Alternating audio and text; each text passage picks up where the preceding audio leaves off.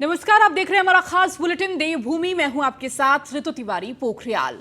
Bulletin की शुरुआत करेंगे रामनगर से। सीएम पुष्कर सिंह धामी पहुंचे हुए हैं और इस दौरान रामनगर का दौरा, जहां विश्व बाघ दिवस पर आयोजित कार्यक्रम में हिस्सा लिया है। तो सीएम पुष्कर सिंह धामी इस वक्त रामनगर में मौजूद हैं और इस दौरान विश्व बाघ दिवस कार्यक्रम का आयोजन किया गया, जिसमें सीएम पुष्कर सिंह धामी ने हिस्सा लिया है। इस दौरान सभा को संबोधित भी करेंगे और देखिए, तस्वीरें भी आपको दिखा रहे हैं।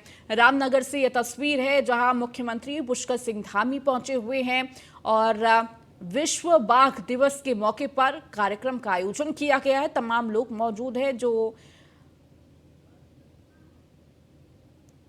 शॉल उड़ाकर और 6 राष्ट्रीय उद्यान, 7 वन्यजीव विहार एवं 4 संरक्षण आरक्षित घोषित हैं।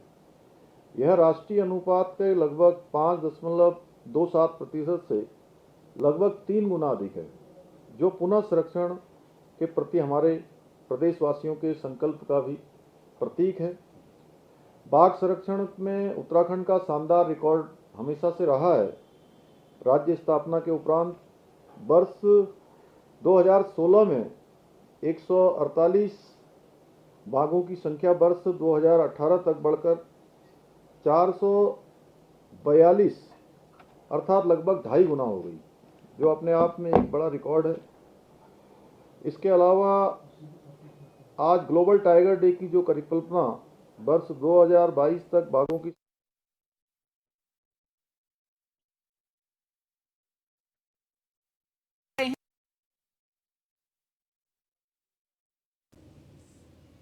हुई है, जो हमारे लिए अत्यंत ही हर्ष का विषय है।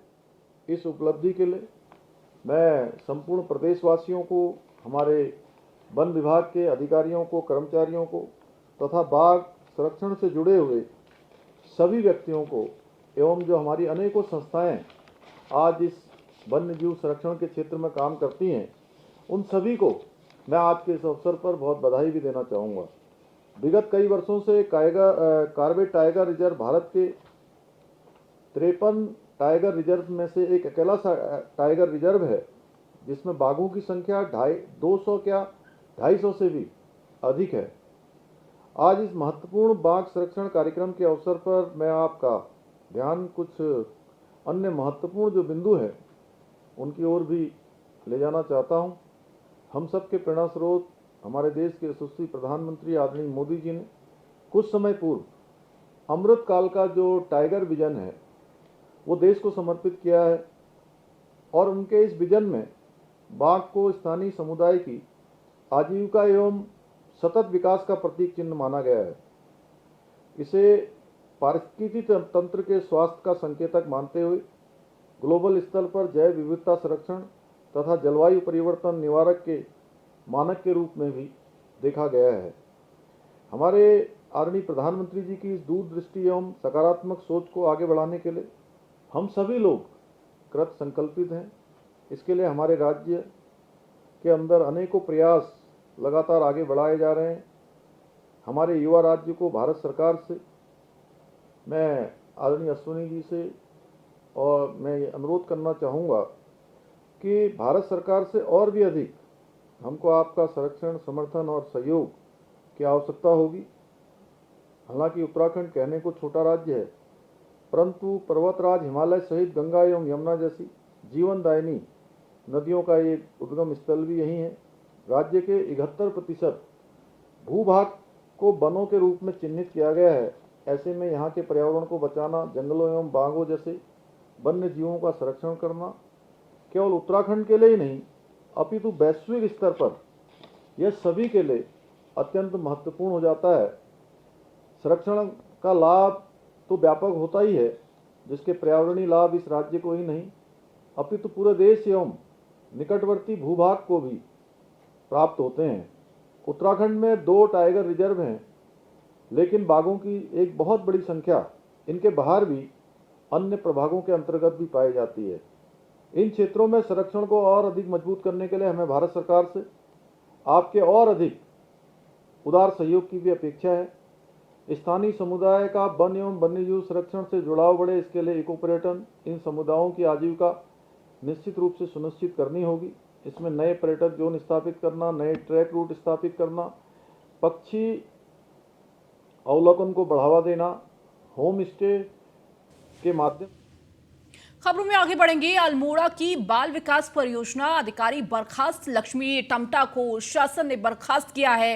निदेशक हरिचंद सेमवाल ने जारी किया आदेश। अनुसूचित जाति के फर्जी प्रमाण पत्र के आधार पर पाई थी नौकरी, तो विभिन्न स्तरों से हुई जांच के आधार पर हुई आरोपों की पुष्टि। तो 1988 में फर्जी जाति प्रमाण पत्र के आधार पर पाई थी लक्ष्मी ने नौकरी।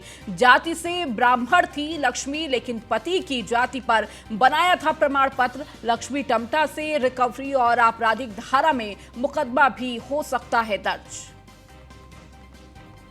तो बड़ी खबर आपको दे रहे हैं किस तरह से 1988 में फर्जी जाति प्रमाण पत्र के आधार पर लक्ष्मी ने नौकरी पाई थी, और इस नौकरी के बाद लगातार जब पूरी जांच हुई तो पता चला कि ये फर्जीवाड़ा देखने को मिला। अल्मोड़ा की बाल विकास परियोजना अधिकारी बर्खास्त की गई हैं। लक्ष्मी टमटा को शासन ने बर्खास्त किया है।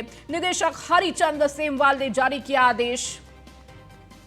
तो लक्ष्मी टमटा को शासन ने बर्खास्त किया। अल्मोड़ा की बाल विकास परियोजना अधिकारी के पद पर तैनात, और अब बर्खास्तगी की कार्रवाई हुई है। और अधिक जानकारी के साथ ब्यूरो चीफ हमारे सुदीप जैन जुड़ चुके हैं। सुदीप, देखिए लगातार जहां पे फर्जीवाड़ा या अनियमितताएं पाई जा रही है वहां पर लगातार एक्शन लिए जा रहे हैं, और इसी के तहत बाल विकास परियोजना अधिकारी को भी बर्खास्त किया गया है। जी बिल्कुल, देखिए ये लक्ष्मी पंत थी जिन्होंने लक्ष्मी टमटा बताकर अपने प्रमाण पत्र के आधार पर 1988 में नौकरी ली थी, और इनकी शिकायतें भी हुई थी जिसकी जांच चल रही थी। हाईकोर्ट में भी मामला गया था जिसके आधार पर प्रमाण पत्र चैलेंज हुआ, और कल जो निदेशक हैं बाल विकास परियोजना के हरिचंद सेमवाल, उन्होंने इन्हें बर्खास्त करने का आदेश दिया है। साथ ही इनसे रिकवरी और भविष्य में मुकदमे भी हो सकते हैं। तो ये जांच चल रही थी, जांच के आधार पर एक कार्रवाई की गई है। तो 1988 से एक गलत तरीके से प्रमाण पत्र लेकर इन्होंने एक जिसका हक था कोटे के व्यक्ति का, उसका हक भी मारा, और किसी दूसरे के हक की जो नौकरी थी वो हासिल की। इन सारे व्यक्तियों के दृष्टिगत ये कार्रवाई हुई है, और हरिचंद सेमवाल जो निदेशक ठीक है सुदीप, आप जी ठीक है सुदीप, आप लगातार जुड़े रहिए और भी खबरों पर आपसे अपडेट लेंगे।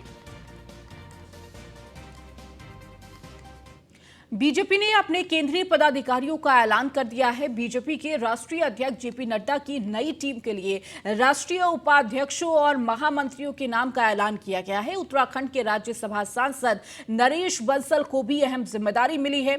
नरेश बंसल को बीजेपी का राष्ट्रीय सह कोषाध्यक्ष बनाया गया है। वहीं बंसल को जिम्मेदारी मिलने पर उत्तराखंड के बीजेपी नेताओं में खुशी की लहर है। मधु भट्ट ने इसको लेकर कहा कि नरेश बंसल ने हमेशा से ही संगठन को मजबूती दी है, और इसी के चलते उन्हें बड़ी जिम्मेदारी केंद्र ने दी है।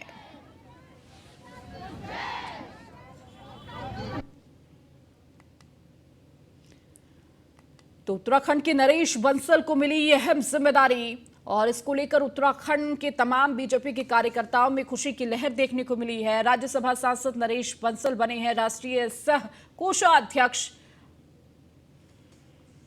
निश्चित रूप से माननीय नरेश बंसल जी हमारे पूरे संगठन के हमेशा से उन्होंने यहाँ की जो उत्तराखंड की जो संगठन को है उसको मजबूती दी है। साथ में वो अब केंद्रीय नेतृत्व के द्वारा जो उसको राष्ट्रीय जो संगठन में उनको जगह मिली है, निश्चित रूप से उत्तराखंड में इससे बहुत ही खुशी है, और हम धन्यवाद देते हैं शीर्ष नेतृत्व का, अपने संगठन का, कि उन्होंने इतने वरिष्ठ नेता को अपने जो उसमें सम्मिलित किया। निश्चित आने वाले समय में बिल्कुल इससे उत्तराखंड को सुदीप सौंपी गई है, और कहीं ना कहीं देखिए जो टीम बनाई गई है उसमें एक अहम भूमिका इन्हें दी गई है। जी बिल्कुल, देखिए नरेश बंसल उत्तराखंड में लंबे समय तक भारतीय जनता पार्टी की संगठन की राजनीति में सक्रिय रहे हैं। कुछ समय पहले उन्हें राज्यसभा सांसद बनाकर केंद्र भेजा गया, और जो आज फेरबदल हुए हैं केंद्रीय संगठन में, उन्हें सह कोषाध्यक्ष बनाया गया है राष्ट्रीय। तो ये एक बड़ी जिम्मेदारी है, और नरेश बंसल पार्टी के पुराने नेता कार्यकर्ता रहे हैं, लिहाजा पार्टी ने भी उनका सम्मान किया, और उत्तराखंड के भारतीय जनता पार्टी के नेता के खाते में ये बड़ी जिम्मेदारी पार्टी ने दी है। ठीक है सुदीप, बहुत शुक्रिया इस जानकारी को देने के लिए। 2024 के लोकसभा चुनावों को लेकर बीजेपी ने कमर कस ली है। पूरा संगठन लोकसभा चुनाव में कांग्रेस को पटखनी देने के लिए तैयारी में जुट गया है। लगातार बैठकों का दौर भी जारी है। ऐसे ही एक अहम बैठक 30 जुलाई को होने जा रही है। बीजेपी के मीडिया प्रभारी मानवीय चौहान का कहना है कि राष्ट्रीय महामंत्री संगठन बीएल संतोष 2 दिवसीय उत्तराखंड प्रवास पर आ रहे हैं। मनवीर चौहान ने बताया कि बीएल संतोष कई बैठकें लेंगे, जिसमें लोकसभा चुनाव को लेकर भी रणनीति बनाई जाएगी। इन बैठकों में सांसद, विधायक, जिला अध्यक्ष समेत कई पदाधिकारी शिरकत करेंगे। हमारे भारतीय जनता पार्टी के राष्ट्रीय महामंत्री संगठन आदरणीय बीएल संतोष जी 2 दिवसीय प्रवास पर उत्तराखंड में आ रहे हैं और वो विभिन्न प्रकार की बैठकें, संगठनात्मक बैठकें लेंगे, जिसमें हमारे प्रदेश पदाधिकारियों की, जिलाध्यक्षों की और जो हमारे जिलों के प्रभारी बनाए गए हैं उनके साथ वो बैठक करने जा रहे हैं। इसके साथ ही हमारे प्रदेश की जो कोर कमेटी है उसमें हमारे सांसदगण और हमारी जो कोर कमेटी बनाई गई है उसके साथ भी वो बैठने वाले हैं। साथ ही विभिन्न प्रकार के आगे के कार्यक्रम किस प्रकार से पार्टी के रहने वाले हैं और आगामी 2024 के चुनाव को लेकर के पार्टी के क्या क्या कार्यक्रम निर्धारित किए जाएंगे। तो बीजेपी के राष्ट्रीय महामंत्री संगठन का 2 दिवसीय उत्तराखंड दौरा है और अधिक जानकारी के साथ सुदीप लगातार जुड़े हुए हैं। सुदीप, राष्ट्रीय महामंत्री संगठन बीएल संतोष का उत्तराखंड दौरा रहने वाला है। इस दौरान क्या कुछ खास रहेगा? और कहीं ना कहीं देखिए 24 चुनाव को लेकर इस वक्त एक्टिविटी देखने को मिल रही है। जी बिल्कुल, देखिए जो राष्ट्रीय महामंत्री संगठन बीएल संतोष जो नई टीम घोषित हुई उसमें दोबारा वो उसी पद पर है। वो कल उत्तराखंड पहुंच रहे हैं, तो एक तो पहले उनका स्वागत होगा। वो पार्टी में टोली बैठकों में शामिल होंगे। प्रदेश महामंत्री के जो संगठन स्तर के नेता हैं और पार्टी के नेता विधायकों से भी मुलाकात करेंगे। उनका 2 दिन का दौरा आगामी लोकसभा चुनाव के मद्देनजर बेहद अहम माना जा रहा है। वो समीक्षा बैठक भी कर सकते हैं और उनका पूरा प्रोग्राम तय किया जा रहा है कि रिसीविंग एंड पे कौन नेता होंगे, उनको छोड़ने जाने के वक्त कौन नेता होंगे, और उनका पूरा जो शेड्यूल है उसको तैयार किया जा रहा है। तो कल यानी रविवार और सोमवार 2 दिन उनकी बड़ी समीक्षा बैठक होगी। ठीक है, बहुत शुक्रिया सुदीप इस जानकारी को देने के लिए। लोकसभा चुनाव 2024 होने में अब ज्यादा वक्त नहीं बचा है, जिसके लिए सभी राजनीतिक दल अपनी तैयारियों में भी जुट चुका है। लोकसभा चुनाव की रणनीति को बेहतर बनाने के लिए मसूरी विधानसभा के अंतर्गत आने वाले सभी बूथों के कार्यकर्ताओं के साथ कैबिनेट मंत्री गणेश जोशी ने बैठक की है। इस बैठक में उन तमाम बिंदुओं पर चर्चा की गई जो आने वाले लोकसभा चुनाव को जीतने में महत्वपूर्ण साबित हो सकते हैं। भारतीय जनता पार्टी विश्व की नंबर 1 पार्टी है। आज भारतीय जनता पार्टी का नेता नरेंद्र मोदी विश्व का नंबर 1 नेता है और एक बार फिर 2024 सामने है। एक और वो शक्तियां हैं जो देश को तोड़ने की बात करती हैं, जिनके कोई आपस में विचार नहीं है, नीतियां नहीं है, कार्यक्रम नहीं है, पानी पी पी के एक दूसरे को कोसते हैं। और आज मोदी जी का भय उनको एक मंच पर लेकर आया है। लेकिन जैसा कि मैंने कहा कि भारत उत्तराखंड में मानसून सीजन के दौरान प्रदेश के दूरस्थ इलाकों में लोगों को स्वास्थ्य संबंधी तमाम परेशानियों का सामना करना पड़ रहा है। मरीजों को समय से अस्पताल पहुंचाने के लिए भी लोगों को काफी मशक्कत करनी पड़ती है, क्योंकि बारिश के मौसम में कई जगहों पर संपर्क मार्ग भी टूट जाते हैं और बरसाती नदियों का जलस्तर भी बढ़ जाता है। ऐसे में गर्भवती महिलाओं को होने वाली परेशानियों से निजात दिलाने के लिए उत्तराखंड स्वास्थ्य विभाग ने एक नई पहल की है। इसके तहत 15 अक्टूबर तक उन सभी गर्भवती महिलाओं को डिलीवरी की संभावित डेट से 1 हफ्ते पहले ही अस्पताल में भर्ती कर दिया जाएगा, जिससे डिलीवरी के दौरान उनको बेहतर चिकित्सकीय सेवाएं मुहैया कराई जा सके। स्वास्थ्य विभाग ने इसके लिए सभी सरकारी अस्पतालों में प्रबंधन किए हैं। इसके अलावा गर्भवती महिलाओं को रहने के लिए कई गेस्ट हाउस भी व्यवस्था की गई है। उत्तराखंड में जुलाई के महीने, अगस्त के महीने और सितंबर के महीने और लगभग 15 अक्टूबर तक हमारे राज्य में हर जिले में कहीं ना कहीं अत्यधिक बारिशें भी होती हैं, आपदाएं भी आ जाती हैं। कई बार सड़कें टूट जाती हैं, कई बार जो है भूस्खलन हो जाता है। तो अब हमने स्वास्थ्य विभाग ने अभी सारे सीएमओ को आज आदेश दिए हैं हमारे डीजी ने कि जिन भी गांव में गर्भवती महिलाएं हैं और गर्भवती महिलाओं के जच्चे बच्चे होने की संभावित डेट अगर अक्टूबर तक की है तो उनको निकटतम हॉस्पिटलों में और या हॉस्पिटलों में अगर जगह की कमी होगी तो हम गेस्ट हाउस दे सकते हैं उनको। हम वहाँ जो होटल मसूरी में हाथीपाव रोड पर जस अपार्टमेंट के पास शनिवार सुबह अचानक से एक बड़ा पेड़ गिर गया। पेड़ गिरने से रोड बंद हो गई, जिससे मार्ग के दोनों ओर वाहनों की लंबी कतार लग गई है। मार्ग जाम होने से लोगों को परेशानियों का सामना करना पड़ा। सूचना पर मसूरी फायर सर्विस के जवान मौके पर पहुंचे और मशीनों के माध्यम से पेड़ को काटकर सड़क से हटाकर यातायात को सुचारू किया गया। वहीं स्थानीय लोगों का कहना है कि मसूरी हाथीपाव रोड पर कई ऐसे विशाल पेड़ हैं जिनकी उम्र लगभग पूरी हो चुकी है और कभी भी वह गिर सकते हैं। ऐसे में कई बार वन विभाग को जर्जर हो गए पेड़ों को काटने के लिए आग्रह किया गया है, परंतु कोई इस ओर ध्यान नहीं दे रहा है। उन्होंने कहा कि ऐसा लग रहा है कि वन विभाग किसी बड़े हादसे का इंतजार कर रहा है।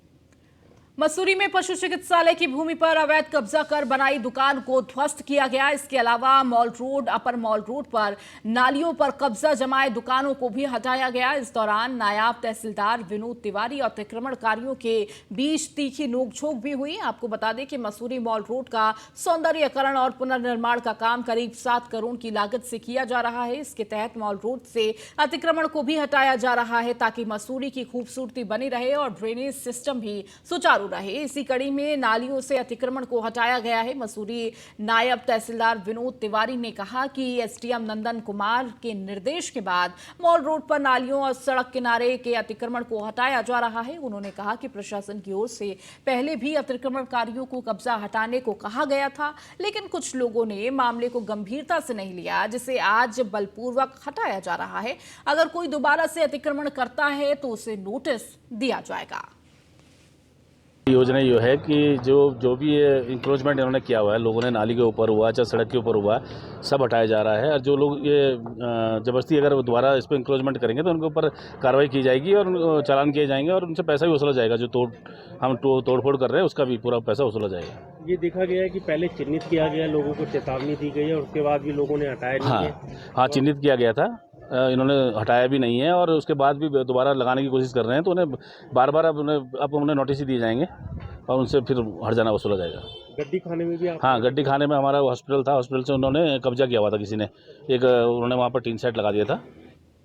वहीं कार्बेट टाइगर रिजर्व के ढेला रेंज में एक बाघिन का शव मिलने से कार्बेट प्रशासन में खलबली मच गई। कार्बेट प्रशासन बाघिन की मौत को आपसी संघर्ष बता रहा है। वहीं कार्बेट प्रशासन का कहना है कि पोस्टमार्टम रिपोर्ट सामने आने के बाद मौत की सही कारणों का पता चल सकेगा। कार्बेट पार्क के निदेशक डॉक्टर धीरज पांडे ने बताया कि प्रथम दृष्टया बाघिन की मौत आपसी संघर्ष में होना प्रतीत हुआ है, क्योंकि बाघिन के शरीर में कई गहरे घाव हैं। डॉक्टर धीरज पांडे ने कहा कि पोस्टमार्टम रिपोर्ट के बाद मौत के सही कारणों का पता चलेगा। वहीं विश्व बाघ दिवस पर इस खबर के सामने आने से कहीं ना कहीं पार्क प्रशासन का भी मनोबल टूटा है। पता चला कि एक फीमेल टाइग्रेस है, वो यहाँ सावलदे के पुल जो है उसके पास मृत अवस्था में पाई गई है। अभी इसकी प्राथमिक जांच की जा रही है और पोस्टमार्टम के बाद पता चलेगा कि किन कारणों वश इसकी मृत्यु हुई है। प्रथम दृष्टया उसके शरीर पर घाव हैं, निशान हैं। उसके बाद हम अभी पोस्टमार्टम के बाद पता करेंगे। प्रतीत होता है कि आपसी संघर्ष भी इसमें हो सकता है। ये टाइग्रेस इस क्षेत्र में काफ़ी घूमते हुए देखी गई थी, कुछ स्थानीय व्यक्तियों ने भी हमें बताया है। तो पोस्टमार्टम के बाद इसका देहरादून की साइबर सेल पुलिस ने 1 जनवरी 2023 से 28 जुलाई 2023 तक मोबाइल खोने संबंधी शिकायतों पर कार्रवाई करते हुए 25 लाख से अधिक की कीमत के 165 मोबाइल जिन्हें उनके स्वामियों को एसएसपी ने सुपुर्द किया है। वहीं एसएसपी ने जानकारी दी है कि सर्विलांस की मदद से उत्तराखंड, हरियाणा, दिल्ली, उत्तर प्रदेश, बिहार, झारखंड, गुजरात, पंजाब, राजस्थान, मणिपुर, महाराष्ट्र से देहरादून में खोए गए कुल 165 मोबाइल फोन बरामद किए गए हैं। एसएसपी ने जनता से अपील की है कि कम मूल्य के लालच में किसी भी अनजान व्यक्ति से बिना बिल और उसकी वैधानिक पहचान पत्र के बिना कोई मोबाइल ना खरीदे। 1 जनवरी 2023 और उसके बाद जो भी कंप्लेंट्स हमारे साइबर सेल में मोबाइल खोने के संबंध में आई थी, उन पर हमारी साइबर सेल ने काम किया और इसमें 165 मोबाइल फ़ोन को हमने रिकवर किया है, हमारी टीम ने रिकवर किया है और इसका मार्केट में कीमत जो है 25,64,500 रुपया है। और जिन लोगों का फ़ोन हमने आज मौके पर आकर के दिया है वे बड़े खुश हैं, उनके चेहरे पर चमक आप देख सकते हैं। और इसी प्रकार का हमारा प्रयास आगे भी अभियान जारी रहेगा। और इस रिकवरी उत्तराखंड में डेंगू के बढ़ते मामलों को लेकर स्वास्थ्य विभाग अब लोगों को इससे बचाव के लिए जागरूक करने की मुहिम में जुट गया है। प्रदेश के स्वास्थ्य मंत्री डॉक्टर धन सिंह रावत ने राजधानी देहरादून में अधिकारियों के साथ बैठक की और इसके लिए कई दिशा निर्देश भी दिए हैं। आपको बता दें कि उत्तराखंड में इस समय डेंगू के मरीजों की संख्या लगातार बढ़ती जा रही है और इसमें देहरादून जिले में ही अब तक 100 से अधिक मामले सामने आए हैं। हालांकि राहत की बात यह है कि देहरादून के अलावा नैनीताल, पौड़ी और हरिद्वार में अभी यह आंकड़ा दहाई में नहीं पहुंच गया है। 15 विभागों की बैठक की है डेंगू के बारे में और मैंने अभी कुमाऊं में भी बैठक की, गढ़वाल में भी किया, देहरादून में भी की है। और हमारा एक बड़ा अभियान यह है कि सोमवार से लेकर हम हर स्कूल में, हर कस्बे में, हर नगर निगम क्षेत्र में एक बड़ा अभियान ये ले रहे हैं कि स्वच्छता का भी अभियान ले रहे हैं, वॉकिंग का अभियान जो है नगर निगम लेगा। और स्वास्थ्य विभाग की तरफ से हर हॉस्पिटलों में से लेके और हर जगह सफाई अभियान से लेके मच्छरदानियों की व्यवस्था से लेके, ताकि डेंगू के केस हमारे राज्य में कम होते जाएं। तो ये एक बड़ा अभियान हमने लिया है और आज सभी अलर्ट भी। लक्ष्य क्षेत्र में बाढ़ का पानी कम होने के बाद अब संक्रमित रोगों का खतरा बढ़ गया है। इसके मद्देनजर नगर पालिका परिषद आवश्यक कदम उठा रहा है। लक्सर के अधिशासी अधिकारी चंद्रशेखर शर्मा के मुताबिक आपदा के बाद संक्रामक रोग तेजी से पकड़ लेते हैं, इसलिए क्षेत्र में नालियों और गंदगी से जुड़ी अन्य जगहों पर ब्लीचिंग पाउडर और मेथिलाइन केमिकल का छिड़काव किया जा रहा है। इसके अलावा मच्छरों के प्रकोप से बचाव के लिए कीटनाशक और एंटी लार्वा का छिड़काव भी शुरू कर दिया गया है। जो है आपदा या बाढ़ के उपरांत जो है एक संभावना रहती है कि संक्रामक रोग जो है गति पकड़ लेते हैं और कुछ एक जो जानकारियां ऐसी प्राप्त हुई भी उस पर त्वरित एक्शन लेते हुए प्रशासन के निर्देशानुसार हमारे द्वारा 3 प्रकार की कार्रवाई इसमें की गई है। जो नालियां हैं उसमें ब्लीचिंग पाउडर या मेलाथाइन पाउडर का छिड़काव, कूड़ा हटाने के उपरांत उस पर मेलाथाइन और ब्लीचिंग का छिड़काव। दूसरा कीटनाशक और एंटी लार्वा मच्छरों को रोकने के लिए स्प्रे। और जो हमारी तीसरी कार्रवाई है वो है अगर किसी क्षेत्र में मच्छर पनप भी जाए तो उसे रोकने के लिए निरंतर फॉगिंग कार्य 2 मशीनों द्वारा वार्ड वाइज किया जा रहा है और लगभग पूरा शहर इसमें। चलिए इस बुलेटिन में फिलहाल इतना ही। बने रहिए न्यूज़ 1 इंडिया के साथ।